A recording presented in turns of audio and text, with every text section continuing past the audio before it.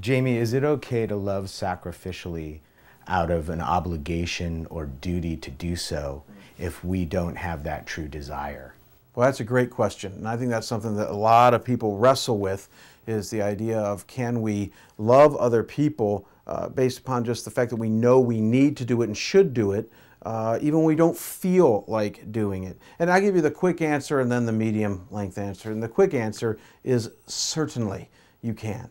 I think sometimes people make love such an altruistic thing that if I don't feel like loving another person, then I must not be able to do it. If I don't feel like all my emotions and everything is behind it, then somehow it cheapens it. And certainly it is true that one would like to be able to have all of your personhood, your emotions, your thoughts, your behaviors, everything behind any loving thing or loving another person that you do. But the reality is that we're very complicated beings, and there are going to be times where we know the right thing to do. We know what the loving thing to do is.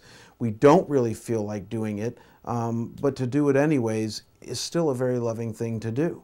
And so I think the answer to that is that though it's better to be able to love other people when you feel like it and your whole person is behind it, if you do love other people, however, based upon the fact that it's a duty to do so and you just know it's the right thing to do, that counts. I believe it does. That's why I think James talks about the fact that we need to be doers of the word, not just hearers. And that's why John talks about the fact that love in its form of action is really the highest form of love, where you lay down your life for another person. It truly is sacrificial.